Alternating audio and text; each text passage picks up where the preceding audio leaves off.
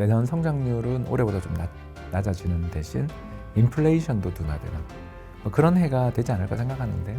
우리나라는 올해가 워낙 부진했기 때문에 내년 성장률은 좀 더 좋아질 거라고 생각하는 쪽이고요. 행보 오늘은 홍춘욱 박사님 모셨습니다. 박사님 반갑습니다. 네, 안녕하세요. 반갑습니다. 네, 저희 채널 처음 나와주셨는데 너무 감사드리고 저희 시청자분들께 혹시 간단한 자기소개 가능하실까요? 네, 31년 차 경제분석가이고요. 최근에는 프리즘 투자자문의 대표로 일하고 있습니다. 여러분 뵙게 돼서 대단히 반갑습니다. 박사님 또 제가 뵙고 싶었던 분 중에 또 한 분이라 오늘 너무 기대를 하고 왔는데 이게 또 시기적으로 또 내년을 준비하는 입장인데 이게 너무 시장이 급변해가지고 저 스스로도 그렇고 아마 많은 분들이 투자에 대한 방향성 전략을 어떻게 잡아야 되실지 되게 좀 어려워하실 것 같아 박사님께 조언을 구하고자 이렇게 모셨습니다. 우선은 최근 FOMC 회의를 보니까 이제는 드디어 금리 인상 끝났나? 하면서 본격적인 금리 인하 시대가 오는구나 하면서 이미 또 각종 경제 지표들에서는 그러한 반응이 빨리 나오고 있고 많은 분들도 이에 좀 기대를 하고 계신데 박사님께서는 내년 2024년 한 해 좀 경제 증시에 대한 전망 어떻게 보고 계신지 궁금합니다. 네, 일단 이번 FOMC에서 나온 것처럼 내년 성장률은 올해보다 좀 낮아지는 대신 인플레이션도 둔화되는 그런 해가 되지 않을까 생각하는데요. 일단 지금 말씀드리는 경제 전망은 미국 기준입니다. 네. 우리나라는 올해가 워낙 부진했기 때문에 내년 성장률은 좀 더 좋아질 거라고 생각하는 쪽이고요. 일단 FOMC에서 나온 것처럼 금리 인상은 이제 끝난 것 같고요.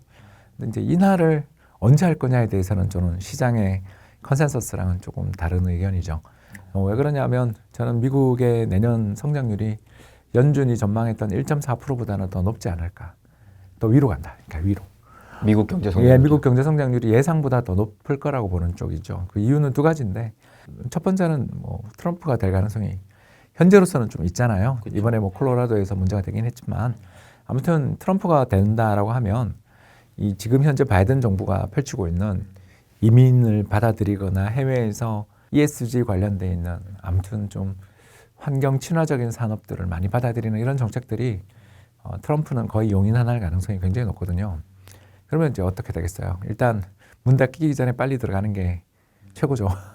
그렇지 않습니까? 일단 그래 놓으면 어떻게 방법이 없잖아요. 트럼프도 들어와 있는 공장을 내보낼 가능성은 전혀 없고 그렇지 않습니까? 그러니까 이런 면에서 놓고 보면 올해 내년 사이에 미국으로 이민이랑 투자가 엄청 활성화될 가능성이 높죠. 그래서 지난해 한 해 동안에만 한국이 우리나라가 미국에 투자한 게 370억 불 정도 투자했어요. 50조 정도 그 불황에. 그리고 올해는 그보다 훨씬 더 많을 거라고 지금 추산되는데 오늘 당장 보니까 LG 에너지 솔루션 공장 기공식 이런 기사도 뜨잖아요. 네. 테네시에서 찍던데 그러니까 그런 것처럼 어마어마한 공장들을 지금 계속 짓고 있는 중인데 그게 1, 2년으로 끝날까? 그 이민이 끝날까? 그건 아니지 않나. 두 번째는 최근 발표되고 있는 미국의 신규 주택 착공 같은 부동산 관련 데이터가 어마어마하게 좋거든요.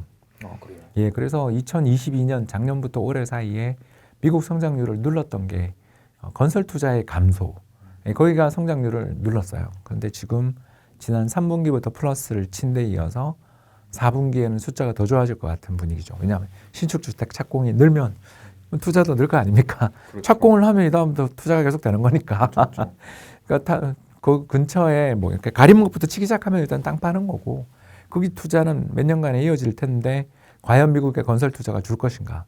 늘어난다고 보면 그게 지금 지난 2년 동안 미국의 성장률을 1에서 1.5% 정도를 깔아먹었던 게 미국의 건설 투자 부진이었는데 이게 끝나고 플러스로만 돌아서면 이게 마이너스 나던 게 0이 되는 것만 해도 효과가 되게 큰데 플러스가 된다라는 것 자체는 경제 성장에 강력한 엔진을 주게 되거든요. 그래서 이 둘을 요약하면 나쁘진 않다. 그렇게 올해 성장률이 2% 중반 후반 정도로 예측되는데 이거보다 내년 성장률이 1% 이상 빠진다. 그렇게 안 보이는 거죠. 그러면 물가는 좀 떨어지더라도 경기가 좋은데 정말 금리를 그렇게 1년에 1%씩 인하해 주겠는가? 그리고 또 3월에 정말 인하해 주겠는가? 저는 그걸 가능성이 좀 낮지 않냐. 4분기 성장률이 1월 말에 나올 텐데 1월 말 나오는 미국 4분기 성장률이 되게 잘 나올 것 같은데 굳이 연준이 그 좋은 통계를 보고 3월에 정말 금리를 인하해 주는 그런 상냥하고 착한 곳이었나?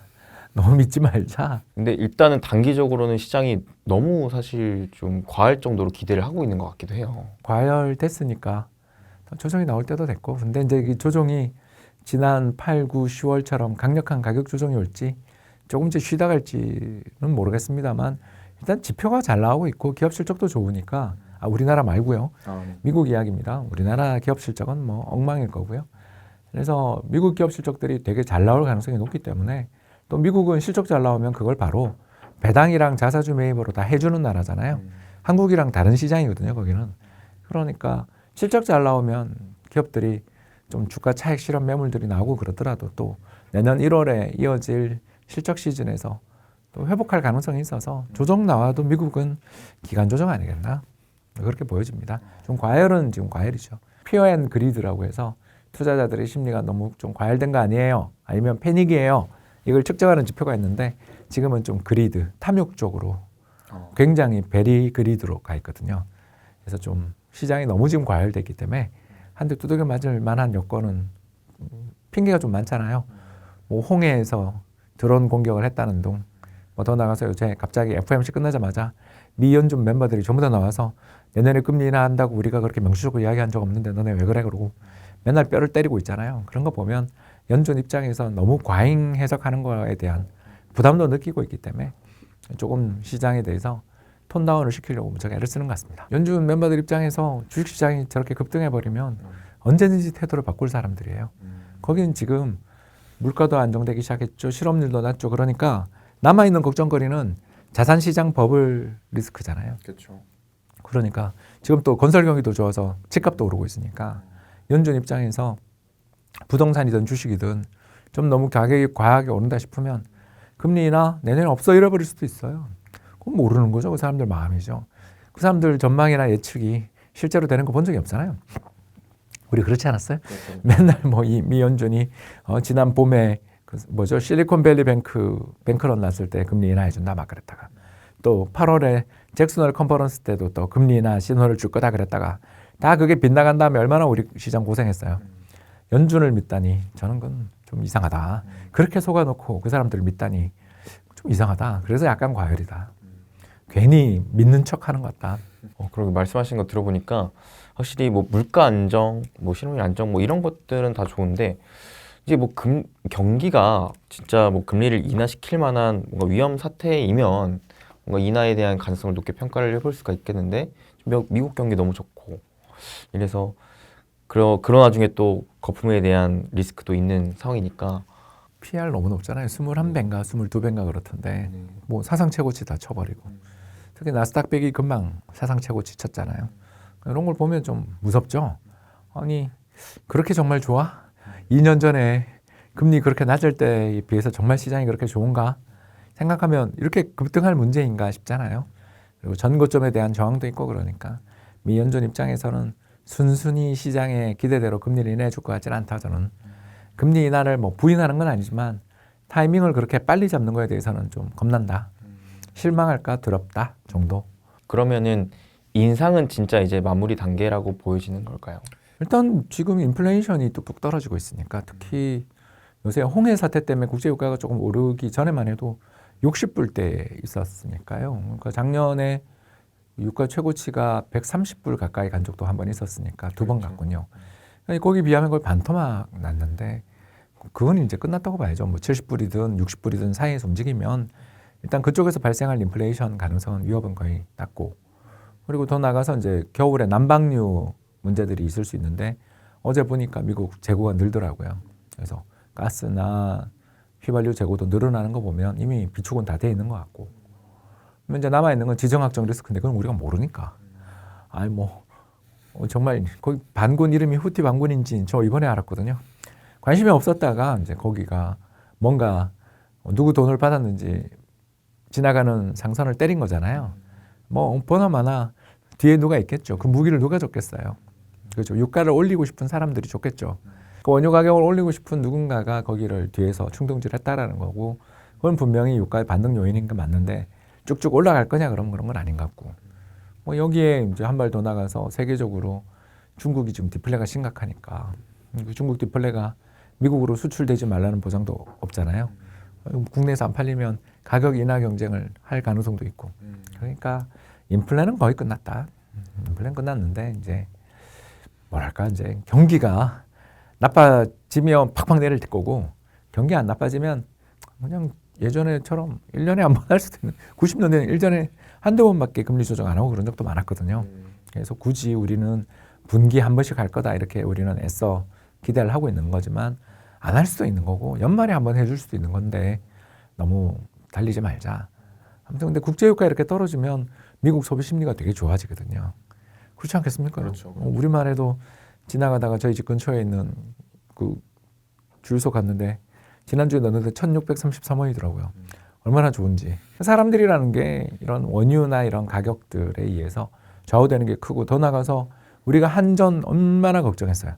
수십조 적자 나서 저 한전 망한다 그랬는데 이 유가가 만일 유지되고 제 전망이지만 환율이 올해보다 내년에 저는 좀 떨어지겠다라고 보는 쪽이니까 그렇게 보면 한전 실적이 엄청 좋아지거든요. 그런데 뭐 굳이 그게 채권 발행을 소화 못할 정도로 위기가 올 거냐. 이런 식으로 저 물가, 저 유가가 오면 혜택 보는 데가 너무너무 많기 때문에 그냥 경기가 미국도 그렇고 우리도 그렇고 저유가 효과로 경기가 좀 좋아지는 면이 있다고 봅니다.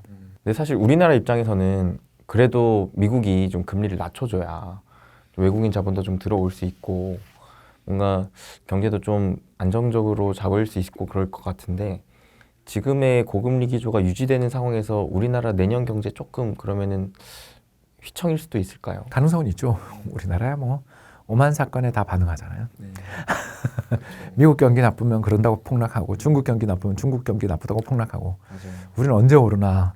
둘 다 좋은 아주 짧은 순간에 한번 폭발적으로 오르고 땡. 뭐 이런 나라 아니겠어요? 예, 마음이 아프지만 뭐 현실은 인정해야죠.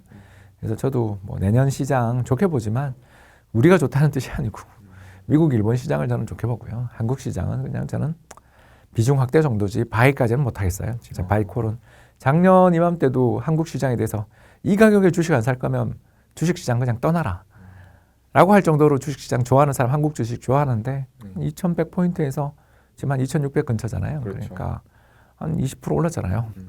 그러면 뭐 여기서 올라봐야 추가적으로 올라봐야 뭐 10% 15%인데 위에 가면 갈수록 3천 앞두고 엄청 매물이 나올 게 뻔히 보이는데 한국 시장의 탄력을 강화시키려면 결국 중국이 좀 좋아져야 될 것 같은데 왜냐면 미국만 좋아져서는 안 되니까 그렇죠. 중국이 좀 좋아져야 되는데 뭐 중국이 돈도 풀고 부동산 시장 부양하려고 무척 애를 쓰는데 그 코로나 3년 동안 중국 사람들 소비가 너무 오랫동안 억압돼 있었나 봐요. 사람들이 이렇게 풀리질 않네요. 그래서 아직 거기는 의문표가 좀 담겨 있기 때문에 일단 저는 미국, 일본 시장이 좀 더 매력 있다. 또 살 거면 그렇게 정말 중국이 좋아질 거라고 산다면 중국을 사야지 왜 한국을 사냐. 그래서 전 중국도 좀 사고 있습니다. 사실은. 그래서 한국은 별로 지금 재미가 없는 형국이죠. 좀 어정쩡하게 올랐고 역사상 최고치 돌파하면서 매물벽 다 소화한 미국이나 아니면 뭐 2000년대 초중반 이후 가장 지금 밸류에이션 매력이 제일 매력적인 중국이거나 아니면 아베노믹스 덕분에 잘 나가는 일본이거나지 한국의 돈이 그렇게 크게 금리 인한다고 정말 들어올 것인가. 저는 그렇게 자신 없다. 일단 한국은 뭐 주식을 팔자는 뜻은 아니니까 중립 그러면 요새는 다 팔자는 뜻으로 알더라고요. 그냥 비중 확대 정도이지만 제 마음에서는 미국, 일본, 중국이 낫지 이런 생각을 좀 갖고 있습니다. 그러면 우리나라 증시가 사실 올 한 해 2023년을 돌아봤을 때 크게 오르지도 크게 빠지지도 않은 어느 정도의 좀 박스피에 좀 갇혀 있었다고 볼 수가 있겠는데 내년도 좀 비슷한 흐름이라고 봐야 될까요? 뭐 하다는 올라가지 않겠냐. 두 번이나 갔다 왔으니까 2100은 이제 지지해 주겠죠. 잠깐이지만 2200 깨질 땐 정말 무서웠는데 또 금방 복구했으니까 2100에서 2200은 일단 안정적인 지지선이라고 본다면 옛날 2010년대 박스피의 고점이 2100, 2200이었던 걸 생각하면 이제 박스피는 박스피지만 레벨업된 박스피가 올해 내년 계속 나오지 않겠나. 그래서 저는 위는 2700 이상까지도 한번 시장 경기만 지금 아까 말씀드린 것처럼 미국 쪽 경기만 아까 제가 전망한 대로만 괜찮으면 거의 집값 오르는데 사람들이 가전제품 안 사겠어요? 차 안 바꾸겠어요? 살 거 아니에요? 그러면 뭐 한국산 자동차나 또는 가전제품 잘 팔려 나가면 또 조선 쪽 수주도 늘 거고 스마트폰도 잘 팔릴 테니까 뭐 그쪽에서 경기가 조금 궁작궁작하면 그래도 우리나라 여기 올해 지금 주가 레벨보다는 그래도 한 10%, 15% 정도는 위로 업사이드 모멘텀은 있지 않겠나? 그래서 저는 한 2,800까지도 한번 가지 않겠나? 기대해 보는데 그래봐야 얼마 안 남았어요. 그러니까요. 지금이 벌써 2,600이니까. 그래서 한국 주식 투자 관점으로는 어느 정도 요 박스피를 좀 레벨업된 박스피를 기준으로 잡고 좀 밑으로 떨어진다면은 비중 확대. 떨어지면 찬스죠. 네. 근데 좀 올라가면은 상대적으로 좀 비중 축소 이런 식으로 좀 왔다 갔다 대응하는 게 좋겠네요. 진짜 작년이 오래간만에 주식 바이 불렀는데 올해는 그냥 비중 확대. 내년에도 올라요. 근데 상승 탄력은 올해보다 못하다. 3천 뚫으려면 좀 고생하지 않겠냐. 뭐 그런 정도? 그러니까 재미가 없는 거죠. 그래서 아마 내년에도 종목 장세가 많이 나오지 않겠나. 외국인 안 돌아오면 종목 장세죠. 뭐.